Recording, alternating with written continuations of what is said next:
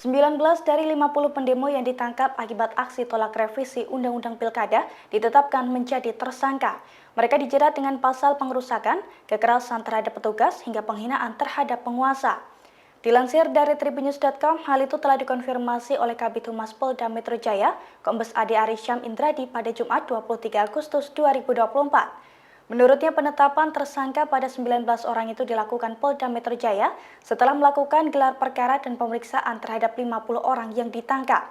Ade merinci satu pendemo dijerat dengan pasal 170 KUHP terkait pengerusakan sejumlah fasilitas umum.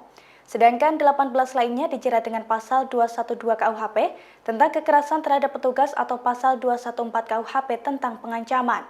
Selain itu ada pula yang dijerat dengan pasal 218 KUHP tentang penghinaan terhadap penguasa.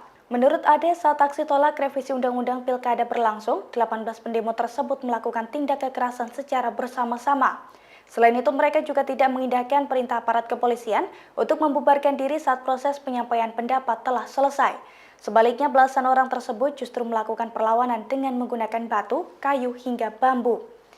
Meski demikian, polisi tidak melakukan penahanan terhadap belasan tersangka tersebut. Ade Ari menyebut pihaknya telah berkoordinasi dengan keluarga para tersangka untuk melakukan pengawasan karena mereka masih diharuskan wajib lapor.